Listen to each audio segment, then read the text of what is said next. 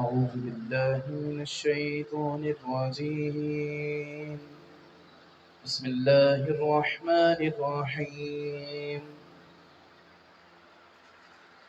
إنا أعطيناك الكوثر فصل لربك وانحر إن شانئك هو الأبتر. صدق الله العظيم.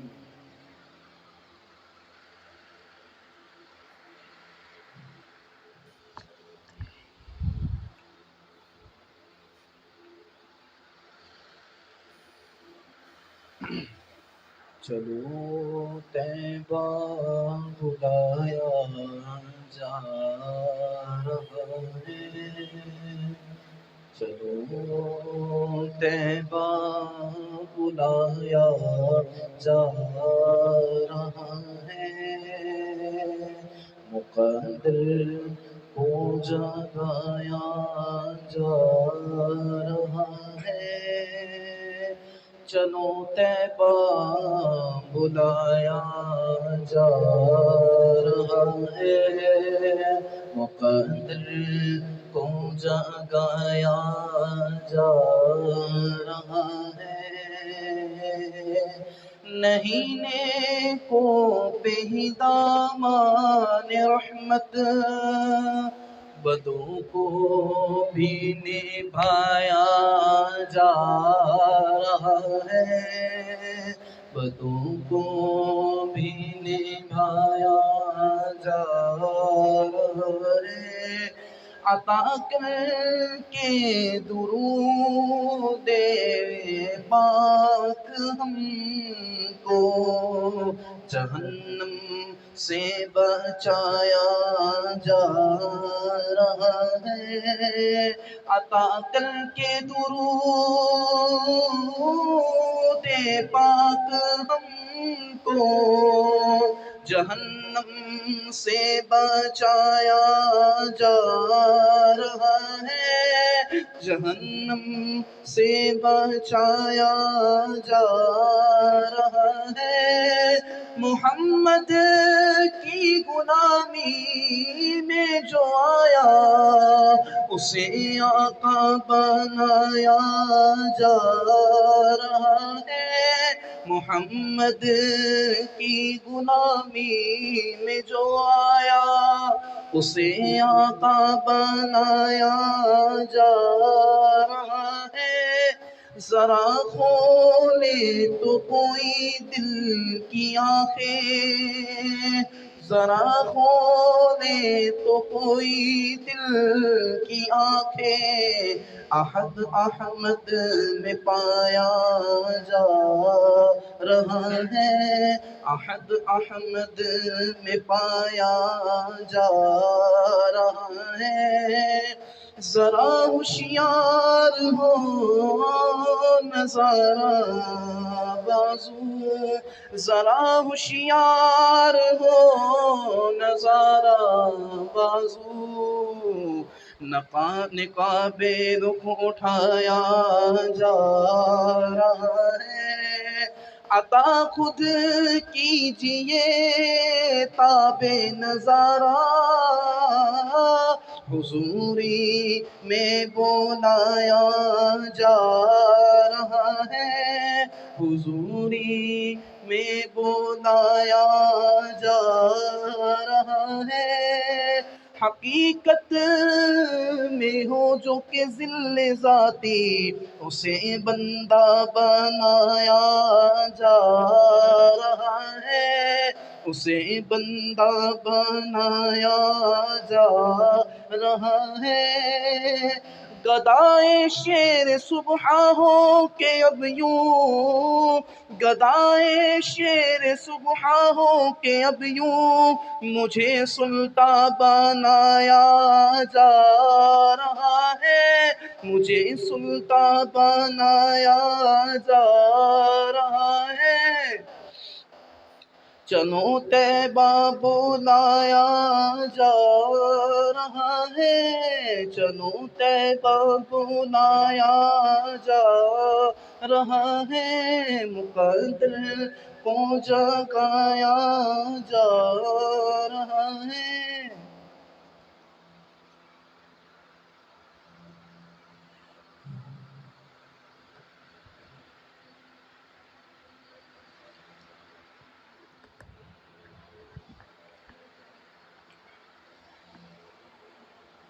ایک کہیے نہ دوسرا کہیے، ایک کہیے نہ دوسرا کہیے، ان کو لفظوں سے ماورا کہیے، ایک کہیے نہ دوسرا کہیے، ان کو لفظوں سے ماورا کہیے، ذل حق نور حق ظہور حق، کس طرح ان کو اب جدا کہیے، ذل حق نور حق ظہور حق، کس طرح ان کو اب جدا کہیے، جو سراپا ہنسی ہو حسن تمام، جو سراپا ہنسی ہو حسن تمام، کوئی بتلائے اس کو کیا کہیے، کوئی بتلائے اس کو کیا کہیے، یا شریعت کا حکم جاری ہے، یا شریعت کا حکم جاری ہے، کیا حقیقت کا ماجرا کہیے، کیا حقیقت کا ماجرا کہیے، ذات میں جس کی ہو صفات خدا، ذات میں جس کی ہو صفات خدا، کیا خدا سے اسے جدا کہیے، شیر حق نے کہا انہیں سلطان، شیر حق نے کہا انہیں سلطان، نہ خدا کہیے با خدا کہیے، ایک کہیے نہ دوسرا کہیے، ایک کہیے نہ دوسرا کہیے، ان کو لفظوں سے ماورا کہیے۔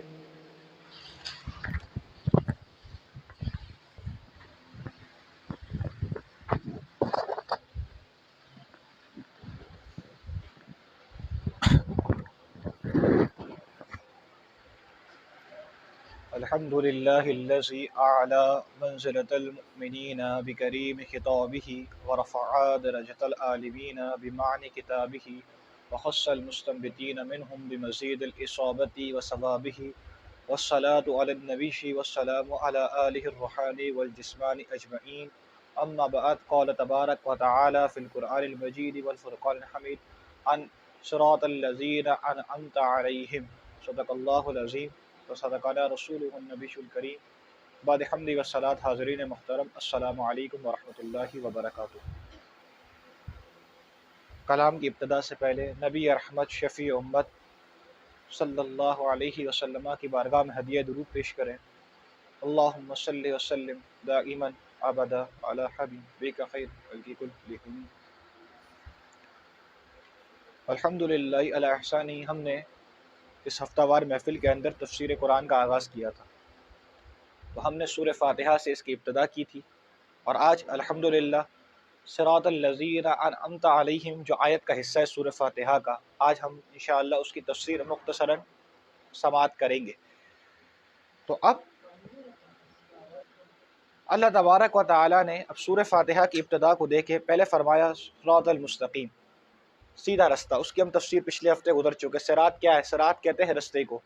اب رستے بھی کئی طرح کے ہوتے ہیں، پچھلی بار بھی میں نے عرض کیا تھا، یاد دہانی کے دوبارہ، کہ رستے برائی کے بھی ہیں اور اچھائی کے بھی ہیں، لیکن اللہ تبارک و تعالیٰ نے قرآن کی ایک اور آیت کے اندر آگے قرآن فرمایا کہ اللہ تمہارا ولی ہے، اللہ ولی ہے، یخرجہم من الظلمات الی النور، کہ اللہ ان کا ولی ہے، آمنوا الذین آمنوا، جو لوگ ایمان لائے، اور پھر کیا کرتا ہے اللہ ان کا، یخرجوا من الظلمات الی النور، کہ انہیں ظلمات سے نور کی طرف نکالتا ہے، اندھیروں سے نکال دیتا ہے اور نور کی طرف داخل کر دیتا ہے۔ تو اب یہاں پہ ایک نقطہ ہے کہ ظلمات جمع آیا، ظلم کی جمع، اندھیروں کی جمع کے اندھیرے، ظلمات، لیکن نور کا صیغہ واحد آیا قرآن میں، تو اس کی کیا وجہ ہے؟ تو مفسرین نے اس کی وجہ یہ لکھی کہ برائی کے راستے اتنے سارے ہیں، شراب نوشی ہے، زنا ہے، معاذ اللہ، بدگوئی ہے، غیبت ہے، فحاشی ہے، حرام ہے، کئی راستے ہیں، لیکن بھلائی کا راستہ صرف ایک ہے، وہ سنت رسول، وہ ہے اتباع رسول، تو یہی صراط مستقیم ہے، تو یہ صراط مستقیم کا راستہ ہے۔ تو اب پہلے میں اللہ نے فرمایا کہ تم کیا کرو، صراط مستقیم مانگو، یعنی بندہ جب نماز میں کھڑے ہوتا ہے، اگرچہ نماز میں ہے پھر بھی اللہ سے صراط مستقیم مانگ رہا ہے، کیونکہ کسی کام پر ہونا الگ بات ہے اور کسی کام پر قائم رہنا الگ بات ہے۔ اہل ایمان ہم سب ہیں نا، لیکن ایمان والا ہونا اور ایمان لے کے دنیا سے جانا الگ بات ہے، اور اصل کمال یہ ہے کہ ایمان لے کے دنیا سے جایا جائے، کیونکہ انسان کا دار و مدار جو ہے حدیث شریف میں آیا کہ اچھے خاتمے پر ہے، یعنی کسی شخص نے ساری اچھائیاں پوری زندگی کرتا رہا ساری اچھائیاں، لیکن اس کا ایمان معاذ اللہ ایمان پر فوت نہیں ہوا، تو سارے کے سارے اعمال برباد ہیں۔ اور اگر پوری زندگی گناہ کی ہے لیکن اللہ تبارک و تعالیٰ ارحم الراحمین ہے، تو اللہ نے پہلے بسم اللہ الرحمن الرحیم شروع میں فرما دیا کہ اللہ کون ہے، رحمان رحیم بھی ہے، پھر یہ فرما دیا کہ گناہ کو بخش بھی دے گا، تم اللہ کی رحمت سے نا امید نہ ہو جانا، پھر آگے یہ بھی فرما دیا کہ ایسا نہیں ہے کہ تم میری رحمان رحیم کی صفت ماں کے گناہ کرتے جو، نہیں، مالک یوم الدین بھی ہے، پھر وہ حساب لینے والا بھی ہے، پھر وہ حساب لینے پر آ جائے تو پھر کسی کی طاقت اور مجال نہیں ہے کہ اس کے حساب کے آگے وہ حساب دے سکے۔ تو اب یہ تمام معاملات ہو گئے، تو اللہ نے اس پہ فرمایا صراط الذین انعمت علیہم، پہلے فرمایا سیدھا رستہ مانگو، اب سیدھا رستہ مانگ لیا، پھر فرمایا اللہ ان کے رستے پہ چلا جن پر تو نے انعام کیا، جن پر تو نے انعام کیا۔ اب یہ جو آیت مبارکہ ہے اس کا تعلق پچھلی آیتوں سے کچھ اس طریقے سے، صراط المستقیم سے، کہ پہلے سیدھے رستے کی طرف سے بھی ہدایت مانگی گئی تھی، ڈائریکٹ سیدھا رستہ، انعام یافتہ بندوں کا ذکر نہیں ہوا تھا، صراط مستقیم کا ذکر ہوا تھا، اچھے رستے کا ذکر ہوا تھا، لیکن اب کیا گیا کہ اب وہ رستہ مانگا گیا جس پر اللہ والے چلے، اب اس رستے کو اللہ سے مانگا جا رہا ہے جس پر اہل اللہ اولیاء اللہ چلے، اب اس رستے کو مانگا جا رہا ہے، جس سے یہ معلوم ہو جاتا ہے کہ انسان صرف نیک ہونا کافی نہیں، نیکوں کی صحبت بھی کافی ہے، یعنی اگر انسان اچھے عمل پر بھی ہے تو اس کے عمل اس وقت کارآمد ہیں جب اس کی صحبت اللہ والوں کے ساتھ جڑ جائے۔ پھر دوسرا اس طریقے سے کہ رب کا راستہ سیدھا مانگا اور رب کا راستے کا رہبر بھی مانگے، کیونکہ دیکھیں نا کہ بغیر رہبر کے راستہ نہیں مل سکتا، اگر بغیر رہبر کی کسی خطرناک، کیونکہ ہمارا دشمن بڑا شریر ہے شیطان، اور ہمارے پاس دولت بھی کتنی قیمتی ہے، تو انسان اگر گھر سے مثال کے طور پر آج کے دور میں $1 ملین لے کے نکل جائے تو پھر انسان میرے خیال سے اکیلے اور اس طرح بغیر حفاظت کے ڈائریکٹ نہیں کہے گا میں اپنی منزل یا بینک تک پہنچ جاؤں، بلکہ اپنے ساتھ حفاظتی تدابیر کر کے جائے گا، جتنی قیمتی اس کے پاس چیز ہے اتنی حفاظت اس کی کرے گا، ہمارے پاس تو اتنا بڑا خزانہ ایمان، تو اب اس کے لیے ہمیں چاہیے کہ ہمارے پاس ایسی مضبوط چوکیاں ہونی چاہیے، تھانے دار ہونے چاہیے کہ جو اس ایمان کی حفاظت کرے، وہ کون؟ اللہ والوں کی بارگاہ ہے، کہ جو اس ایمان کی حفاظت کریں گے، ہمیں جا بجا ہمیں تنبیہ کریں گے تم اس جگہ خطا پر ہو، تم اس جگہ خطا پر ہو، تو یہ وسیلہ ضروری ہے، ڈائریکٹ کوئی نہیں پہنچ سکتا صراط مستقیم کے ساتھ، یہ فرمایا صراط الذین انعمت علیہم، اے اللہ تو ہمیں ان میں سے کر دے جن پر تو نے انعام کیا، جن پر تو نے انعام کیا۔ تو اب اس کا تعلق پچھلی آیتوں سے جڑ گیا کہ پچھلی آیت اس کا تعلق اس طریقے سے ہے۔ اب راستے دو طرح کے، ایک مخلوق سے خالق کی طرف، یعنی ہم اللہ کی مخلوق ہے، مخلوق سے خالق بنانے والے کی طرف، دوسرا خالق سے مخلوق کی طرف، راستے کتنے ہو گئے؟ دو، مخلوق سے خالق اور خالق سے مخلوق۔ اب یہ جب مخلوق سے خالق تک کا راستہ ہے نا، بڑا خطرناک ہے، بڑا خطرناک، اگر یہ تنہا چلنا چاہے نا یہ راستہ بڑا خطرناک ہے، کیونکہ اس میں بہت سے قافلے ہیں، ایک تو دوری بہت ہے۔ اب آپ دیکھیں نا، اب ایک اور اعتراض کا جواب کہ اللہ تبارک و تعالیٰ نے انبیاء کو کیوں، حضرت آدم کو کیوں پیدا فرمایا؟ حالانکہ اللہ تو قادر ہے، اللہ چاہتا تو خود بندوں کو ہدایت دے دیتا، لیکن نبیوں کے ذریعے کیوں دی؟ اس کی وجہ یہ ہے کہ بندہ بڑی پستی کے اندر ہے، بندے کی جو ذات ہے بڑی پستی میں ہے، تو اس کے لیے کوئی ایسا خلیفہ ہونا چاہیے جو بندے کا تعلق اللہ سے قائم کر دے، جو بندے کو اللہ سے ملا دے، تو اس لیے بشر کی صورت میں اللہ نے انبیاء کو بھیجا، یہی وجہ ہے کہ بشری صورت کے اندر آدم علیہ السلام کو پیدا کیا، آدم کو، خلیفہ بنایا، انی جاعل فی الارض خلیفہ، میں تمہیں اپنا خلیفہ بنانے والا ہوں۔ پھر دیگر انبیاء بھیجے اور بھیجتے گئے اور تمام بشر کی اس طرح رہنمائی ہوئی۔ پھر خاتم الانبیاء نبی علیہ الصلوۃ والسلام کو بھیج دیا، نور ہی نور ہو گیا، قیامت تک اب کسی نبی کو نہیں آنا، اب خاتم النبیین ہے۔ تو اب اس کی وجہ کیا ہے کہ انسان کے لیے کہیں چیزیں ایسی ہیں کہ جو ڈائریکٹ اس تک نہیں پہنچ سکتا، کیونکہ انسان کی ذات عقل بڑی پستی میں ہے۔ اگر ڈائریکٹ خود سے انسان چلنا چاہے، ایک تو کمزور، آپ دیکھیں نا بغیر تلوار کے انسان اگر میدان میں ٹینک کے سامنے کھڑا ہو جائے تو اس کو بہادری نہیں کہتے، ہر جگہ اس کو بہادری نہیں کہا جاتا بلکہ بیوقوفی کہا جاتا ہے کہ جب آپ کے پاس سامان تھا، تیاری تھی، تو آپ چاہتے کہ جنگ کی تیاری کرتے، اپنے مورچے کو مضبوط کرتے، نہ یہ کہ آپ جا کے ٹینک کے سامنے کھڑے ہو جائیں اور خود کچھ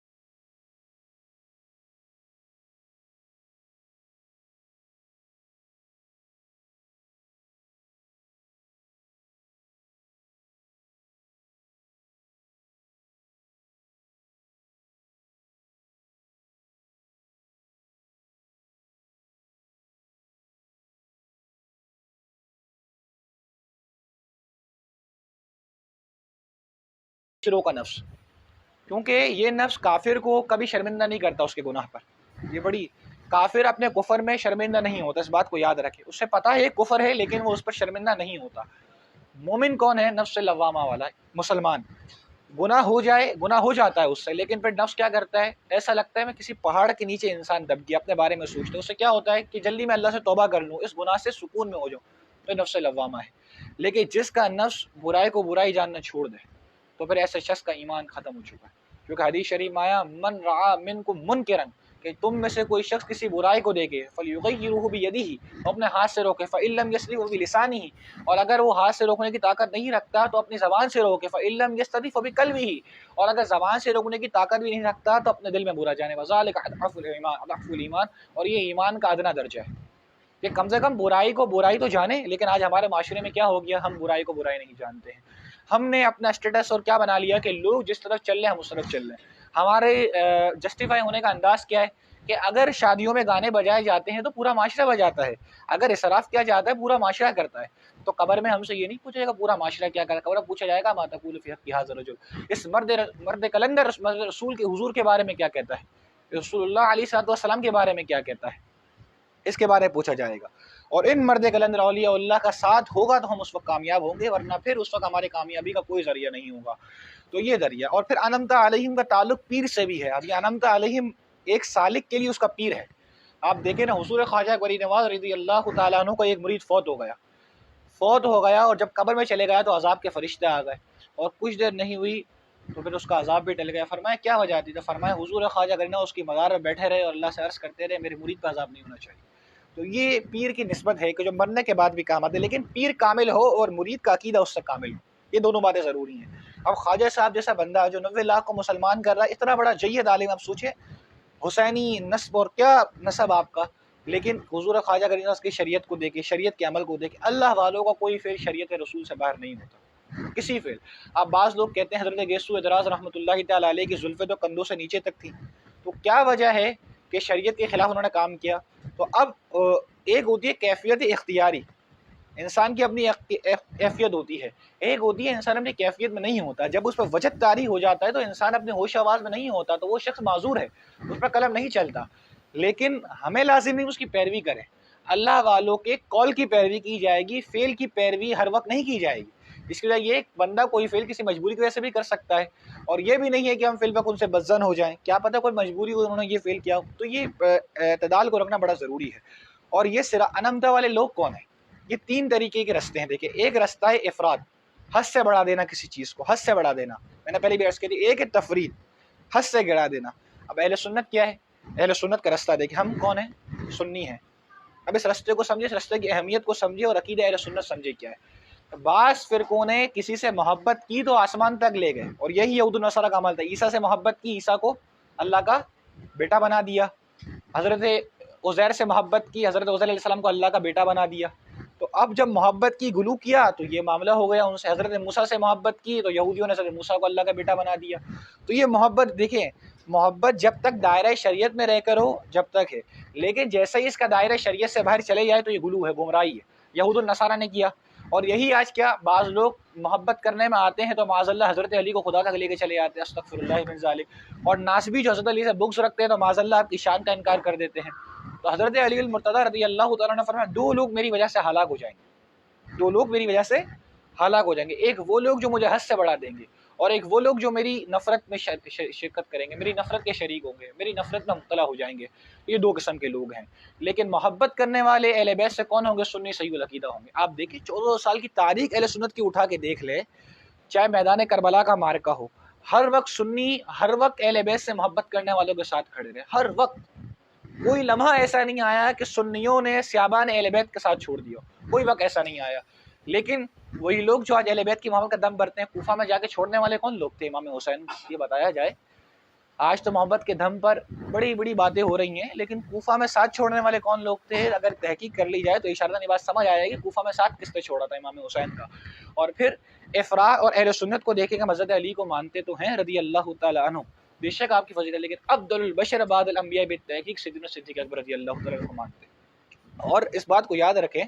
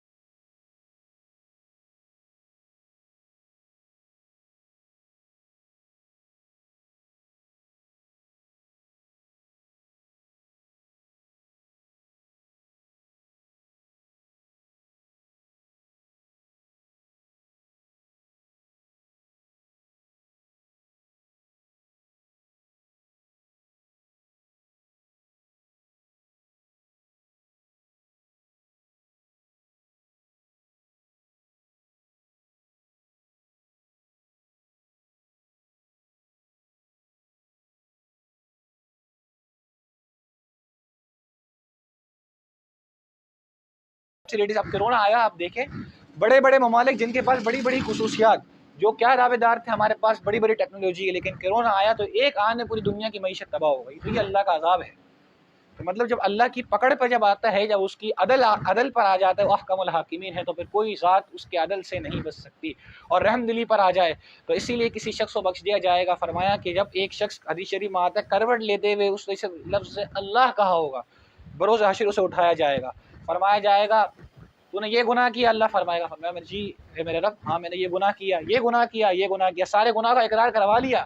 فرمایا جا تجھے بخش دیا. اب بندہ حیران ہے کہ میں گناہ گار، نہ میں نے مسجد کا منہ دیکھا، نہ میں نے کسی نماز پڑھی، نہ کچھ کیا، تو کیا وجہ ہے کہ مجھے بخش دیا؟ فرمایا ایک وقت تھا کہ تو کروٹ لے رہا، تیری زبان سے نکلا سبحان، اس وجہ سے تجھے بخش دیا گیا. تو یہ اس کی رحمت کا ذریعہ ہے. آپ دیکھیں حضرت بشر حافی رضی اللہ تعالیٰ عنہ کا واقعہ، شرابی ہیں لیکن آپ کیا کرتے ہیں کہ اب ہدایت اللہ دیتا ہے کیسے؟ اب ہدایت سے متعلق تعلق ہے اہدنا الصراط المستقیم. اللہ ہدایت بندے کو دیتا ہے کیسے؟ آپ دیکھیں کہ بشر حافی جا رہے ہیں، اب تک ان کے نصیب میں ہدایت نہیں ہے، ایمان تو ہے لیکن شرابی گناہ میں مبتلا ہیں، شراب پی رہے ہیں، لیکن رستے سے گزرتے ہیں اور لفظ اللہ رستے میں اللہ رکھا رکھا ہوا ہوتا ہے جس پر لکھا ہوتا ہے اللہ.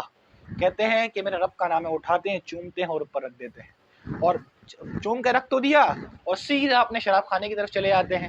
تو اللہ تبارک و تعالیٰ کو اس کی یہ ادا بشر حافی کی یہ پسند آتی ہے کہ اللہ اس وقت کا جو ولی ہوتا ہے اسے الہام کرتا، جا میرے بندے ہو کے آج سے میں نے تجھے اپنا قرب نصیب کر دیا، آج سے میں نے تجھے اپنا قرب نصیب کر دیا. اور جب وہ اللہ کا ولی شراب کے میخانے پہ جا کے دروازے پہ دستک دیتا ہے تو بشر حافی جو ہے پیر میں پاؤں چپل نہیں ہوتے، آپ جب آتے ہیں تو ان کے پیر برہنہ ہوتے ہیں، بغیر چپل پہنے ہوئے ہوتے ہیں، پاؤں میں چپل نہیں ہوتے. اور وہ وقت تھا اور ان کی موت کا وقت تھا، آپ نے کبھی چپل نہیں پہنے. وجہ کیا تھی؟ فرماتے جب میرے رب کی رضا کا پیغام میرے لیے آیا تو اس وقت میں ننگے پیر تھا، اس لیے میں ننگے پیر رہا ہوں. یہ بشر حافی کا حال، بشر حافی رضی اللہ تعالیٰ عنہ کا حال تھا. اور روایت میں آتا ہے جب آپ کی وفات کا وقت قریب آیا تو وفات کے بعد ایک شخص نے آپ کو خواب میں دیکھا، ما فعل اللہ بکا، کہ اللہ نے آپ کے ساتھ کیا معاملہ فرمایا؟ فرماتے ہیں کہ اللہ نے مجھے معاف فرما دیا اور مجھے تو بخش دیا، میرے جنازے پر پڑھنے والوں کو بھی بخش دیا. تو پھر میں نے فرمایا اللہ تیری رحمت تو ارحم الحاکمین بھی ہے اور ارحم الراحمین بھی ہے، ایک تو احکم الحاکمین بھی ہے، حاکموں کا حاکم، سب سے زیادہ عدل کرنے والا، تیرے آگے تو کسی کا محتاج نہیں، لیکن تو ارحم الراحمین بھی ہے. یا ارحم الراحمین، تیری رحمت کسی کی محتاج نہیں، تو ایک کام کر، جو تجھ سے محبت کرنے والے ہیں اسے بھی بخش دے. فرمایا اے بشر حافی قیامت تک جو تجھ سے محبت کریں گے میں انہیں بھی بخش دیا. یہ اللہ کی رحمت کا ذریعہ ہے. تو اب اللہ نے ہدایت کیسے دی؟ ایک لمحے میں انہیں ہدایت دے دی. اب اللہ کو ہدایت سلب کرنی تھی تو بلعام بن باعورہ حضرت موسیٰ علیہ السلام کی قوم کا ایک ولی، بڑا مستجاب الدعوات ولی تھا. سورہ یاسین کے اندر غالباً یہ قرآن پاک کیا گیا تھا کہ میں بتاؤں گا اس کی تفصیل میں، کہ اس کی دعا کی قبولیت کا عالم یہ تھا کہ منہ پہ ہاتھ پھیرتا نہیں تھا، اس کی دعا قبول کر لی جاتی تھی. اتنا بڑا مستجاب الدعوات ولی، لیکن ایک مرتبہ اس نے حضرت موسیٰ علیہ السلام کے خلاف دعا کر دی اور پھر اس کی حالت ایسی ہوئی، قرآن نے فرمایا اس کی مثال کتے کی طرح ہے اور اس کی زبان لٹک گئی اور زمین کو چاٹتا تھا. اللہ اکبر. یعنی ایک ایمان سلب ہو جانا. تو تقدیر سے ڈرنا چاہیے. اس لیے مولانا روم رحمۃ اللہ تعالیٰ علیہ فرماتے ہیں کہ جب قضا آسمان سے سر نکالتی ہے نا تو بڑے بڑے عقل مند بہرے ہو جاتے ہیں. یہ اللہ کی تقدیر ہے، اللہ کی مشیت ہے، اللہ نے ہمارے بارے میں کیا سوچ کے رکھا ہے ہمیں نہیں پتا. آپ دیکھیں جب اللہ کی پکڑ پر آتے ہیں، اب آپ دیکھیں ہلاکو خان بڑا ظالم بادشاہ تھا، جس زمین پر جاتا تباہ کر دیتا، برباد کرتا، قبضہ کر لیتا. اور جب اس نے ایک زمین پر حملہ کیا تو وہاں رہنے والے جو تھے وہاں کے باشندوں میں نجم الدین کبریٰ رضی اللہ تعالیٰ عنہ بڑے صاحب کرامات ولی تھے. تو ہلاکو خان اللہ والوں کا مقام تو جانتا تھا کہ اگر اس ولی نے میرے خلاف بدوا کر دی تو میں کہیں کا نہیں بچوں گا. اس نے ایک رکا لکھا کہ میں اس بستی پر حملہ کرنے والا ہوں، آپ اس بستی کا ساتھ چھوڑ کے کہیں اور ہجرت کر جائیں. اللہ والوں کی وفا دے کے فرمایا پوری زندگی اس بستی کے ساتھ رہا ہوں لیکن اب میں ان کا ساتھ نہیں چھوڑوں گا. یہ اللہ والوں کی وفا ہے. اور یہی ہوا کہ اس نے ہلاکو خان نے حملہ کر دیا، نجم الدین کبریٰ کو بھی شہید کر دیا. اور اس کا حال یہ تھا کہ وہ ایک تماشا لگایا کرتا تھا اور گھوڑے کے اوپر تلوار لے کے لوگوں کی گردنیں قلم کیا کرتا تھا. ایک ظالم جابر بادشاہ، مزہ آتا تھا اسے اس کام کے اندر. تو ایک آدمی اب جب وہ قتل آیا، جب اس نے قتل کا بازار گرم کیا اور لوگوں کو قتل کرنا شروع کیا تو اب اس صف سے گزرتا اور لوگوں کو قتل کرتا جاتا. تو اب ایک آدمی اس صف کے اندر کھڑا ہوا ہے اور اپنی جان بچانے کے لیے کبھی پہلی صف میں آ جاتا ہے، کبھی دوسری صف میں. اب جب آخری صف میں پہنچتا ہے تو ہلاکو خان اس کی گردن پہ تلوار رکھ کے کہہ رہا ہے کہ اب کہاں جائے گا، اب کہاں جائے گا، اب کہاں جائے گا، اب تو بچنے کو گھر نہیں ہے. اس شخص وہ نگاہ اس نے اپنے لفظ سے کچھ نہیں کہا، ابھی زبان سے لفظ نہیں نکلے، اس نے صرف اپنی نگاہ آسمان کی طرف کی ہے. اتنی دیر ہے کہ اپنی نگاہ آسمان کی طرف کرنے کی دیر ہے. لفظ یہ مظلوم کی آہ ہے، نبی علیہ السلام مظلوم کی آہ سے بچو، یہ مظلوم کی آہ ہے. اور یہ اللہ کی تقدیر ہے کہ مظلوم کو اوپر دیکھنا تھا. اور وہی وقت ہے کہ اس گھوڑے کی رکاب سے اس کا پیر پھسلتا ہے اور نیچے گرتا ہے اور رسی اس کے گلے میں آتی ہے، گھوڑا پھرتا ہے، اسی وقت پٹک پٹک کے وہیں مر جاتا ہے۔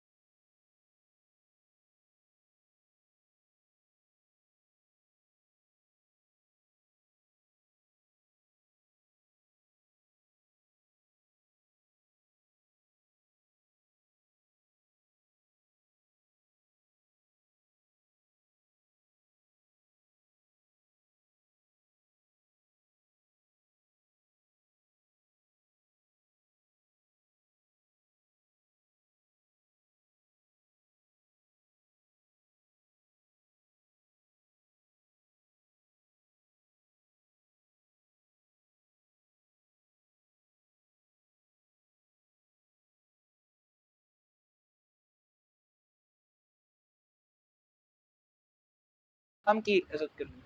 امام علی مقام حضرت امام حسین کا مقام بہت بڑا ہے، اس سے مقام بڑا کیا ہوگا؟ ایک روایت ابھی میں پڑھ رہا تھا ترمذی شریف کے اندر کہ آپ فرماتے ہیں وہ بچپن کہ جن کو جبریل امی دیکھتے ہوں، نبی علیہ الصلوۃ والسلام فرماتے ہیں کہ دونوں شہزادے کشتی لڑ رہے ہیں، نوجوانوں نے سردار جنت کے جوان کشتی لڑ رہے ہیں آپس میں، اور حضور ملاحظہ کر رہے ہیں، حضور کی کشتی کا مشاہدہ کر رہے ہیں، اور حضور بڑے سے فرما رہے ہیں اے حسن حسین کو پکڑو. تو سیدہ پاک فرماتی ہے کیا وجہ ہے حضور، کیا آپ بڑے سے فرما رہے ہیں چھوٹے کو؟ حضور فرماتے ہیں اے فاطمہ، جبریل امین چھوٹے سے کہہ رہے ہیں بڑے کو پکڑو. اللہ اکبر. تو یہ اور جب پیدا ہوتے ہیں تو لب اقدس حضور کا. اللہ اکبر. اور حضور کو یہ بھی خبر نہیں، احادیث میں آتا ہے کہ آپ کے پاؤں پر دھوپ لگے، آپ کے پاؤں پہ گرمی لگے، یہ بھی حضور کو گوارا نہیں. تو لعنت ہے اس کے یزید کے فعل کے اوپر کہ جنہوں نے ان شہزادوں کو میدان کربلا میں اس طرح معاملہ کیا. عبداللہ بن زیاد پر، اس اندھیر حکومت پر یزید کی لعنت ہے کہ جنہوں نے اہل بیت کے ساتھ یہ معاملہ کیا. لعنت اللہ علیکم اے دشمنان اہل بیت، جنہوں نے اہل بیت کی شان میں بے باکیاں گستاخیاں اہل بیت کی شان میں. اور انہوں نے رسول اللہ کو، آپ دیکھیں کتنی تکلیف دی حضور کو، کتنی تکلیف دی ان شہزادوں کو. حضور کو جن کا رونا گوارا نہیں کہ امام حسن رو جائیں تو حضور کو گوارا نہیں، جن کے لیے حضور اپنی نمازوں کو طول کرتے ہیں. اور وہ بدبخت یزید نے امام حسین کے ساتھ یہ معاملہ کیا صرف اپنی اقتدار کی وجہ سے. بدبخت اس یزید نے کہ حضور جن کو اپنے کلیجے سے لگا کے رکھے. اللہ اکبر. اور حضور کے زلفوں سے جو کھیلتے ہوں ان کے سارے بدبخت یزید نے یہ معاملہ کیا. شرم نہیں آئی یزید کو؟ تو کیا وجہ تھی عبداللہ بن زیاد کے ساتھ؟ صرف عبداللہ بن زیاد اور یزید اکیلے نہیں تھے، اور بھی لوگ تھے جن کے ساتھ شامل تھے. اور کیوں شامل تھے؟ اہل بیت کی نفرت اور بغض عناد دنیا کا ایک طرف کے دل میں داخل ہو گیا تھا. تو یہ ان بدبختوں کا حال کہ جنہوں نے امام حسین کے ساتھ یہ معاملہ کیا. اور پھر آج صحابہ کی محبت اور آج اہل بیت کی محبت رکھنے والا امام حسین کی محبت رکھنے صرف ایک ہی ہے، وہ کون ہے؟ اہل سنت و جماعت. اہل سنت و جماعت. اور ہمارے دلوں میں امام حسین کا غم ہے، ہمارے دلوں میں امام حسین کی محبت ہے. لیکن امام حسین کی محبت عزاداری سے کیسے ثابت ہو سکتی ہے یہ بتائیں؟ اگر غم منانا، غم ہم سب کے دلوں میں ہے، کس کے دل میں حسین کا غم نہیں ہوگا؟ کسی سنی، کوئی سنی ایسا نہیں ہے جس کے دل میں غم حسین نہ ہو. لیکن کالا لباس پہن لینا، سر کو کھولنا، گریبان کھولنا، حضور نے منع فرمایا اس سے. حضور نے اس سے منع فرمایا. ابھی میرے پاس موضوع یہ نہیں، ورنہ طبقات ابن سعد میں کتابیں کھول کے بتاتا کہ حقائق ان کی کتابوں سے کیا ہے. آپ دیکھیں کہ حضرت حمزہ رضی اللہ تعالیٰ عنہ، حضور کے محبوب ترین چچا اور مظلوم ترین چاچا جن پر ظلم کیے گئے، اور حضرت حمزہ رضی اللہ تعالیٰ عنہ کے کلیجے کو کچا چبا لیا گیا. حضور فرماتے سید عائشہ سے مجھے دو سب سے زیادہ قریب تکلیف، سب سے زیادہ جو تکلیف ہے مجھے گزری ہے وہ ہیں دو تکلیفیں. ایک طائف کے موقع پر جب مجھے پتھر برسائے گئے، لیکن حضور نے اس وقت بدوانی فرمایا مجھے ان کی نسلوں سے ایمان کی خوشبو آتی ہے. اور دوسرا جب میرے حمزہ، امیر حمزہ رضی اللہ تعالیٰ عنہ کا کلیجہ کچا چبا لیا گیا. حضرت وحشی بن حرب رضی اللہ تعالیٰ عنہ جب آپ ایمان نہیں لائے تھے تو آپ نے حضرت حمزہ رضی اللہ تعالیٰ عنہ کا شہادت کی. لیکن آپ ایمان لے آئے، آپ صحابی رسول ہیں، ہمیں کوئی حق نہیں جب ایمان لے آئے تو ہم بولیں. لیکن جب آپ ایمان لے آئے تو آپ نے مسلمہ ابن کذاب جس نے نبوت کا دعویٰ کیا، آپ نے اس کو قتل کیا. فرمایا جب میں ایمان نہیں لایا تھا تو میں نے امت کے سب سے عظیم شخص کو قتل کیا تھا، اور آج میں اس امت کے گھٹیا ترین شخص کو قتل کر رہا ہوں، مسلمہ ابن کذاب کو.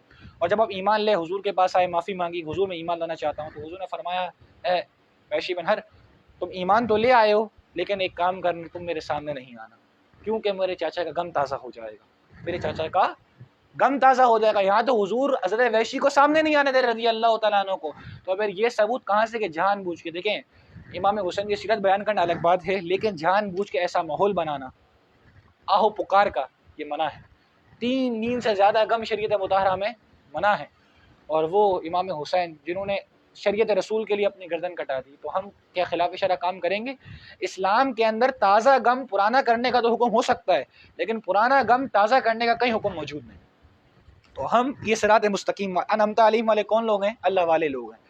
تو اب ہم اللہ والوں کا تعلق سے جڑنا چاہیے، اللہ والوں کے تعلق سے ہمیں جڑ جانا چاہیے. اللہ والے وہی ہیں. اور پھر یہاں سے تقلید کا ثبوت ملتا ہے. بعض لوگ کہتے ہیں ہم ڈائریکٹ حدیث سے استنباط کر لیں اور امام اعظم ابو حنیفہ کے دامن کو ہم کون لیں؟ مقلد ہیں. ہم نماز میں امام اعظم اور دیگر فقہ میں امام اعظم ابو حنیفہ رضی اللہ تعالیٰ عنہ کی تقلید کرتے ہیں نا. کوئی محدث چاہے امام بخاری ہوں، ابن ماجہ کے مفسر، کوئی بھی کتنی کتابیں حدیث اٹھا کے لیکن جتنے محدثین تمام کے تمام کسی نہ کسی بزرگ کے مقلد تھے، کسی نے کسی بزرگ کا دامن نہیں چھوڑا. کیونکہ حضرت حماد رحمۃ اللہ تعالیٰ علیہ فرماتے الحدیث مضلۃ الا الفقہاء کہ حدیث گمراہ کرنے والی ہے سوائے فقی کے.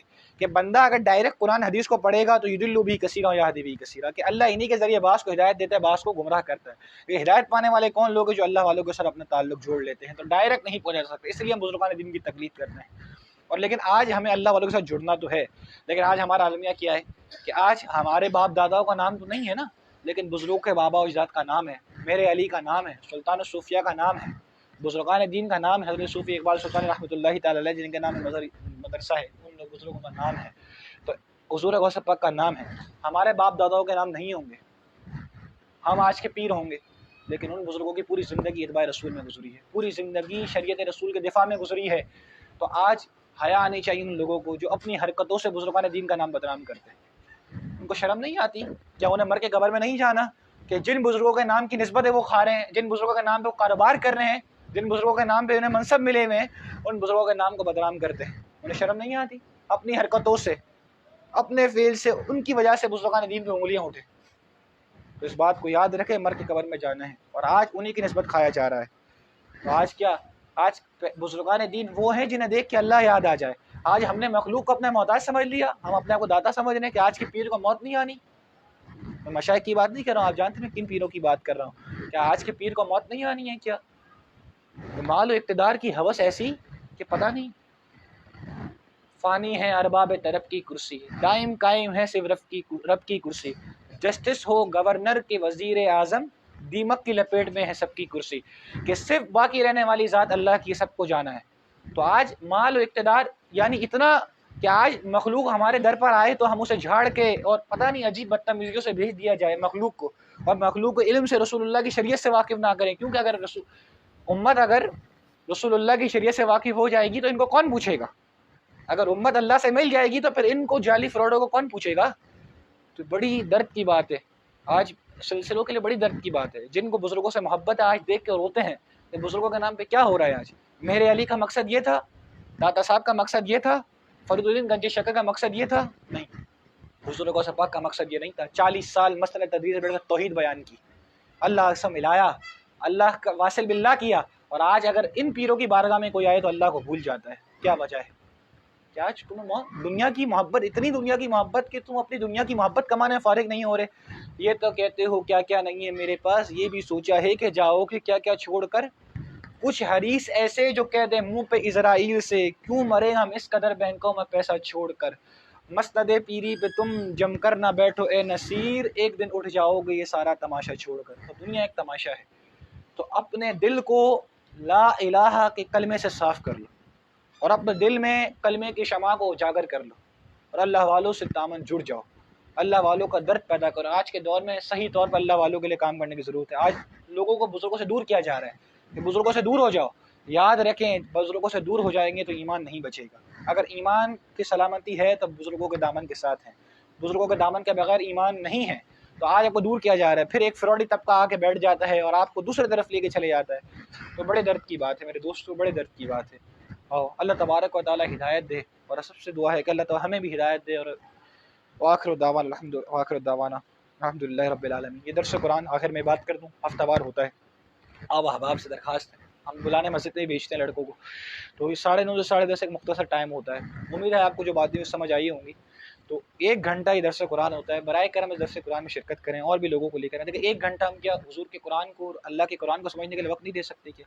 ہم سے پوچھا جائے گا کہ قرآن آیا کس لیے؟ یہ تفکرون، غور و تفکیر کے لیے، فکر کے لیے آیا ہے۔ تو ہم 1 گھنٹہ کم سے کم اپنے بچوں کو بھی لے کر آئیں، اوروں کو بھی دعوت دیں۔ مسجد میں بھی ہم بیٹھے ہوتے تو اکثر ہوتا ہی ہے کہ لوگ گیدرنگ بنا کے باتیں کر رہے ہوتے، انہیں بھی ساتھ لے کے آئیں کہ 1 ہی گھنٹہ ہے نا، سننا ہے، سن کے چلے جانا ہے، کیا پتہ ہماری دنیا آخرت سنور جائے اس ٹائم دینے سے۔ تو اس لیے سارے لوگ ساتھ آئیں، دعا کے یاد اٹھائیں۔ اللهم ارزقنا عقيدة أهل السنة والجماعة، اللهم أمتنا على عقيدة أهل السنة والجماعة، اللهم اغفر لنا، اللهم اغفر لنا، اللهم اغفر والدينا، اللهم اغفر لنا، اللهم ارحمنا، اللهم ارحمنا، اللهم ارحمنا، اللهم ارحمنا، اللهم ارحمنا بحرمة النبي عليه الصلاة والسلام۔ اللهم يا قاضي الحاجات اقضي حاجاتنا وحاجات جميع الحاضرين، اللهم يا شافي الأمراض اشف مرضانا مرضى المؤمنين، اللهم أمتنا على عقيدة أهل السنة والجماعة، اللهم أمتنا على عقيدة أهل السنة والجماعة بحرمة النبي عليه الصلاة والسلام، إن الله ملائكته يصلون على النبي يا أيها الذين آمنوا صلوا عليه وسلموا تسليما، صلى الله على النبي الأمي وآله وصحبه صلى الله عليه وسلم، صلاة وسلام عليك يا سيدي يا رسول الله، وفوض أمري إلى الله، إن الله بصير بالعباد بحق لا إله إلا الله۔